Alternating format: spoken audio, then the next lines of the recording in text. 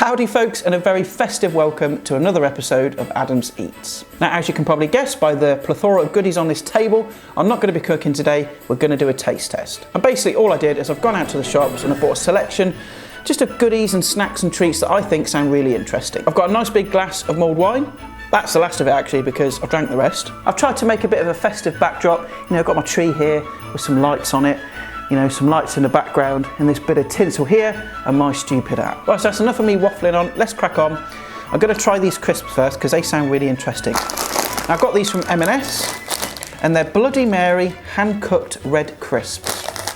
Now, I don't know if they're beetroot or red potato, I'm not sure, but what does it say? Oh, it says made with Highland Burgundy red British potatoes, seasoned with tomato, Worcestershire sauce and vodka. Ooh. Sounds really interesting. So, I can't remember how much they were now. I think they were £2 each or 2 for £3, so obviously I've got the 2 bags. I don't really want to go through all the ingredients because it's a bit boring, but just to give you a highlight, it says there's Highland Burgundy red potatoes, sunflower oil, dried tomatoes, Worcester sauce, lemon, cloves, dried vodka and other bits and pieces. So that's what's in it. Let's open them up. Let's give them a whiff. Don't really smell of anything, to be honest. Very lightly vinegary potato, I'd say. Okay, that's what they look like. I'll give you a bit of a close-up. There we go, that's what it looks like. It's just a red crisp, I suppose, which coincidentally matches my sofa. Right, let's give it a taste. Let's go in. Well, first impressions, they don't really taste of much at all. I'm going to try another one. That second one, they're very tomatoey. I mean, they're nice. I'm not getting the vodka, but there is quite a different flavour there, but it's very subtle. They're actually quite Moorish. There is another flavour there, but I can't really pick it out. But they taste different to ordinary crisps. They're not as crunchy as I thought they would be, but they're okay. Not too bad. Get those out of the way. Have a slurp on the old mulled wine. Now the next thing I'm going to give a go is these biscuits. Now I only really picked these up because I like the bag. And these were from 𝒐𝒍𝒍𝒐𝒘 and they were £1.20. So not bad price. And you get 125 grams, which is 4.4 ounces. So, you know, it's not cheap, it's not expensive, but I thought, you know, I like the look of the sack. Steady on. And these are traditionally made biscuits, orange and chocolate chip biscuits. See what they look like? Here we go. So you get 1, 2, 3, 4, 5, 6, 7, 8 biscuits. So actually, it's not that great value at all, is it? So you get 8 biscuits for £1.25. Well, half of it's going on that sack, isn't it? So let's open them up and have a look. Well, here we are. There's the biscuits. Let's get one out and have a look. So you can see what it looks like. Standard kind of biscuit. Got some chocolate chips running through it. Feels quite light. Smells like orange. Let's give it a taste. Let's go in. First impressions, very crunchy. Nice crumbly texture. Now these are very old school British biscuits, you know. They're not like those soft baked cookies that, you know, you guys get in America. I mean, flavour wise, they're basically like a very lightly orange flavoured shortbread. Can't really taste the chocolate in there. Yeah, they're quite nice. Nice little stocking filler for someone, you know, because they come in that really nice little bag. But yeah, pretty good. I just can't taste that chocolate. We're going to get those out of the way as well. Another slurperoonie. Right, so the next thing. Now, this thing here caused quite a bit of a stir here in the UK. And, you know, I got this from Poundland, and it's basically a knockoff of that very famous pyramid-shaped chocolate that we all know and love. It's called Twin Peaks, which basically has taken the mickey out of the fact that this said famous bar of chocolate decided that, you know, they would limit the amount of peaks that they had on it, you know, to cut costs and save money, which caused an absolute outrage here in the UK, and they're still sticking with it, bizarrely. So yeah, this is a knockoff version of it. I don't know if it's any good because I've never tried it, but it was £1 and you get 180 grams, so we'll see. So let's open it up, and if you want to know what's in it, it's milk chocolate with almond, honey and nougat. Okay, and that's what we get. Now, according to Poundland, the peaks are actually inspired by the Wrekin and Ercall hills, which are in Yorkshire, I believe. So yeah, that's what you get. Let's have a little close-up so you can have a look. Right, okay, so here's a close-up for you. That's what it looks like. Not too dissimilar to that Swiss Alpine pyramid chocolate that we know. You know, you can see those flecks of almond and honey and nougat in there. What does it smell like? It smells like very cheap chocolate, I must admit. There's a nice little face on view so you can see those rolling Wrekin and Ercall hills. Looking rather fabulous there. Right, so let's give it a taste. Right, let's break a piece off. Let's go in. That's really nice. it's also very close. Nice sort of milk chocolate flavour, got those nice crunchy pieces of almond and nougat in there. I'm genuinely impressed with this. I mean, apart from those peaks being completely different to the other version, if they were the same, I think you'd have a hard time telling the difference. I mean, the only thing that really lets it down, I suppose, is the packaging. Pretty boring. It's that plain kind of Poundland green colour. It's not very Christmassy, but to be honest, I mean, they had to change this pretty sharpish, I imagine, because the original packaging that they used was, shall we say, very close to the other brands. I'm just going to say that. If you do a quick search on Google, you'll see what I mean. But I'm really glad they found a solution and they could put it on the shelves, because that is really, really good. Let's clear this down. Another slurp on the mulled wine. Right, so we've got 3 things left, 2 lots of crisps, and then this special little thing here, which I'm going to save till last, because I'm really, really intrigued by that. Right, so let's go for the next thing, some turkey flavoured Pringles. Now, I found these in Sainsbury's. I couldn't find any other shops that were selling them, to be honest. I don't know why, perhaps they're quite limited, but they were £1.25. Now, normally Pringles are quite expensive. That's why I don't normally bother, because for what you get, you know, it's pretty expensive. But I thought for £1.25, I'll give them a go. So let's pop them open. Get that lid off. Let's give them a whiff. They smell just like roast chicken flavoured crisps, but we'll give them a try, they might taste different.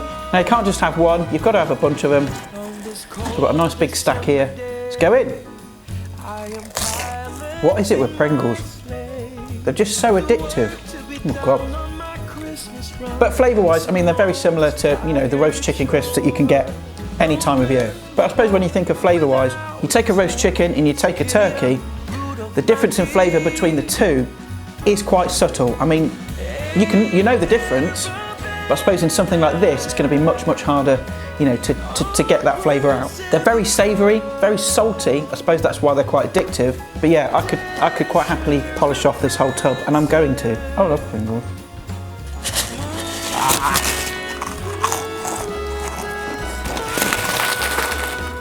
You idiot. Right, so now I've had a bit of a clean up. I'll put the rest of those in a bowl.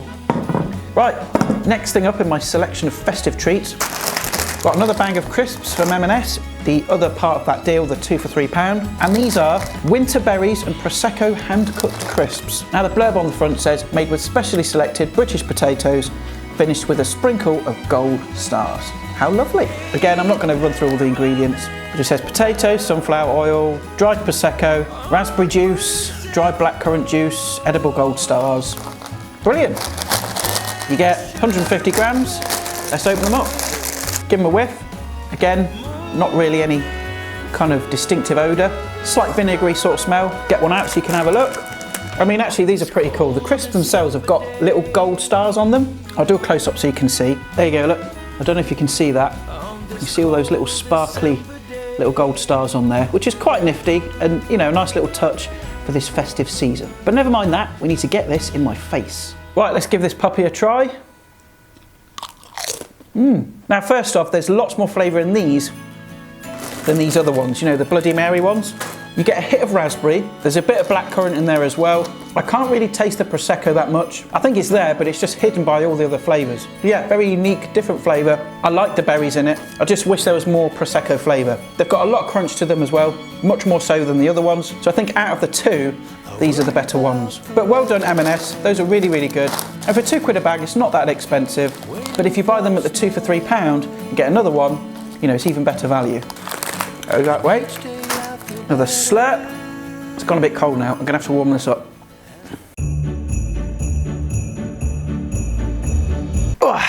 Right, okay, so I've mulled up my... Right, so I've mulled... Can't even. Right, okay, so I've heated up my mulled wine, ready for the piece de resistance. This thing here. I'm gonna get all this out of the way. That chocolate. Then biscuits. I'm going to move this over here and I'm going to bring the camera down here so you can have a closer look. Right, okay, what have we got here, folks? Well, I picked this up because it sounded really, really interesting. And I also like the name of it as well. In a pear cheese. Come on. All right, that's a good play on words. Well done, M&S, for that. And a partridge in a pear cheese. What is it? Well, I suppose there's some sort of blurb on here. White Stilton cheese blended with spiced pear chutney, crystallised diced ginger and a whole candied pear cooked in red wine. So basically what it is, it's got white Stilton with all that stuff in it. There's a pear set in the middle, and I suppose it just makes a nice little centrepiece, something different for your cheese board. So I'm going to get this out of its packaging and we'll slice it open and have a taste. Right, so here it is, out of its packaging. Kind of reminds me of like Elf on the Shelf, but just kind of buried in a block of snow. Which, you know, I suppose the only decent thing for us to do is to cut him out and set him free. So let's do that. Ooh. There we are, our Elf on the Shelf cheese. It's not really Elf on the Shelf.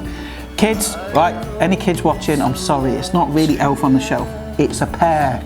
You know, looks quite impressive, nice little centrepiece, but the most important thing is how it tastes. I don't really know how to manage this. I'm just gonna kind of cut off a bit of that cheese and I'll cut off a bit of that pear as well. Got a spoon here, let's get it on, let's give it a whirl.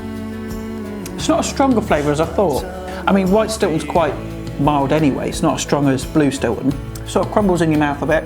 The cheese is very nice. I'm just going to try that pear again because I'm not too sure about it. Let's try a bit on its own. I mean, there's a slight hint of red wine in there, but to be honest, the pear is almost pointless. It really doesn't add anything to it. Yes, it looks quite nice, but flavour-wise, it doesn't really do much with the cheese, if you know what I mean. The cheese on its own is great, but really, I think M&S were trying a bit too hard with this one. But I think if the cheese just on its own would have been absolutely fine. But again, you know, it's not as impressive, is it? So I suppose that's why they've done it. I mean, if I was to serve this, I'd have the cheese. I'd probably pair that with some grapes or maybe some quince paste. That would go really nice with it, which is probably what the pear is supposed to do, but it doesn't contrast enough to warrant putting it in there. I mean, really with cheese, it's a very dense, kind of creamy flavour. You want something astringent and sharp at the other end to complement each other. The pear doesn't quite do that. Well, there we are, folks. That is my comprehensive, well thought out review of some Christmas treats and snacks, plus some mulled wine. Yeah, and that kind of wraps it up really. But I thought it'd be something different, something Christmassy. Anyway, folks, that about wraps up today's video. So thanks for tuning in and watching. Hope you enjoyed it. Let me know in the comments what you think. And if you'd like to show me some love and support, then please subscribe. And of course, stick around at the end because there'll be some links to some other videos. And if you're not a subscriber, there'll be a button for that as well. And I'll see you beautiful people next time for more festive fun and frolics. And bye for now.